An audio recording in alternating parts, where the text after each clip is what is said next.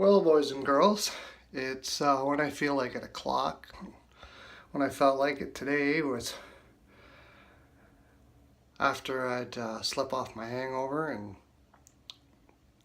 got the pasties out of my mouth and realized that there's nothing on TV. And my wife is not here, so I can't jump up and down on her. So it's for you today now. It's all you. It's the Detroit Red Wings today as well. Iconic, iconic franchise. No matter if you love him or hate him, you have to admit they have done an amazing job. 25 years making the playoffs.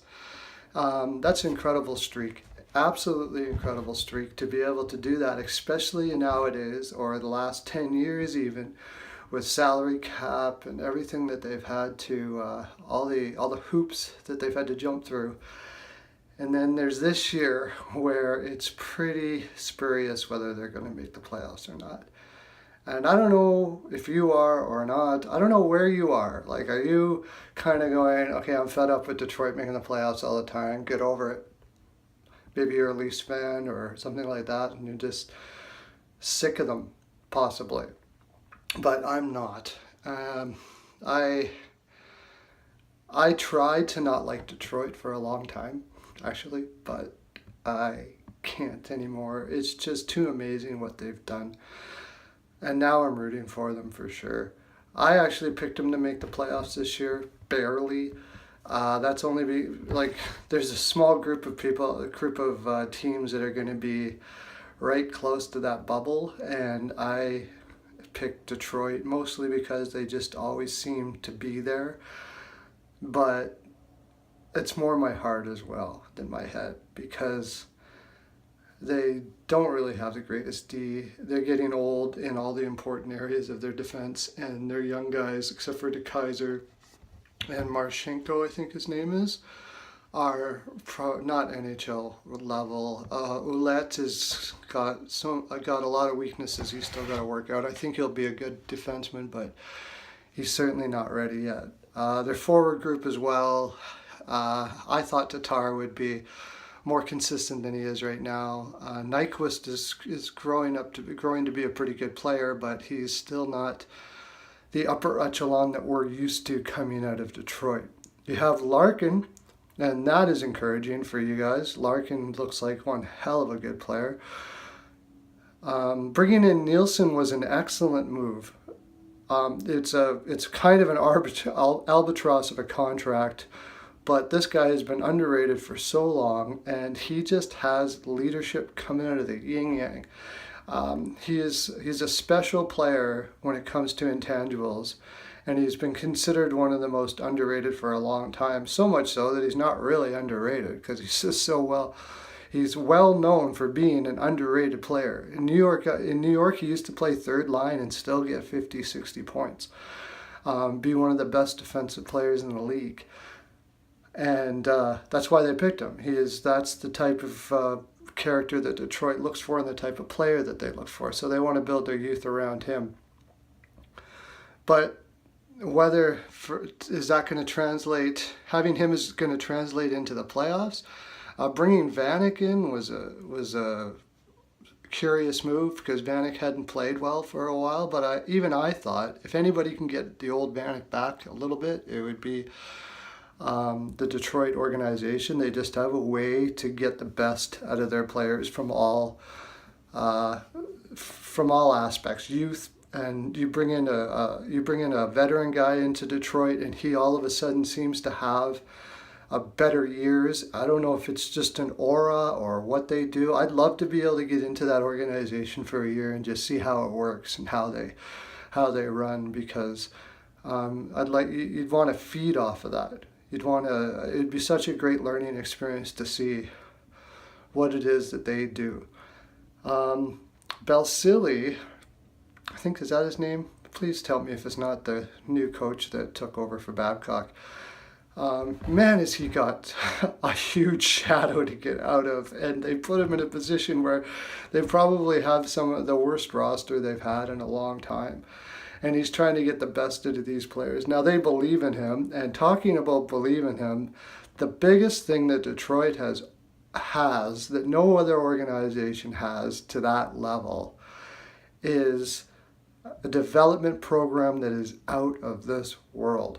It's not just their drafting. They draft players that they know is going to work in their system, and they draft specific players based on personality and all kinds of things. It takes a lot of... I've read a lot about their drafting process, and it's extensive and it's specific. And when they bring people in, they're the way they bring them up through their organization is very tactical, and the biggest thing is they don't give up on their players. They will let them be in the AHL for as long as they feel they need. If they're faltering or whatever, they don't just throw them aside. They continue to try to bring them up and become part of the organization. And in doing that, when you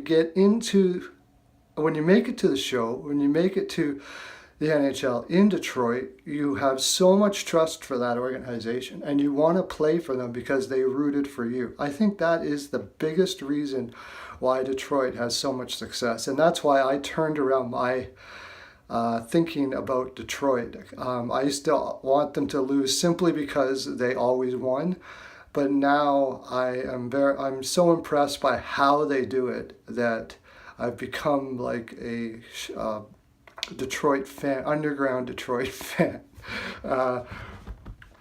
So yeah, they had this guy, Frick, FRK, Can I Buy a Vowel guy, that he got sent to he got sent down, Carolina picks him up, and then Carolina puts him on waivers, and he's been in the organization for a long time. It doesn't look like most organizations would do. It's probably said, he's not going to make it. But what do? They take him back off waivers again, and they continue working with him. That is why they are such a great organization. They just don't give up on their players. And another thing I love about them is players like Datsyuk and Zetterberg, they're big superstars, all played on the fourth line before they ever played on the first.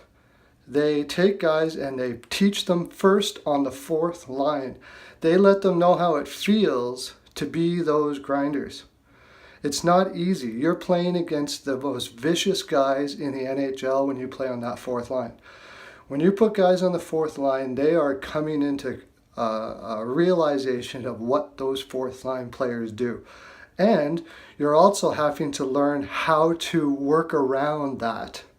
Use your skills to work with the size of these players, and in any way you can. You're probably not going to outbeat them physically, but you have to mentally be able to figure a way around it. And they teach them how to do that, and then let them go up the lineup, and they turn into absolutely amazing players. Datsyuk was definitely one of the best all-around players, forward and defense, that ever played the game. And Zetterberg is very underrated that way as well. And actually, I just mentioned Tatar and Nyquist. They're not consistent scoring-wise, but they are consistent defensively. They are very good defensive players. And that's how Detroit brings them up. I'm rooting for you guys, and you Detroit fans out there, I say this about a lot of the teams, but Detroit in particular are like die-hard hockey fans. They're extremely knowledgeable hockey fans. If you ever talk to them, it's just, even their average fan knows so much about hockey and so much about their team, and it's awesome to see. I'd like to see that start happening in the small markets like Arizona and Carolina, and Florida and Tampa Bay, so we can continue to grow and just make this game as great as it can possibly be, because it is such a great game. Well, 42%. 42% is gone. I'm going to miss you guys, but I need a nap. Have a great day.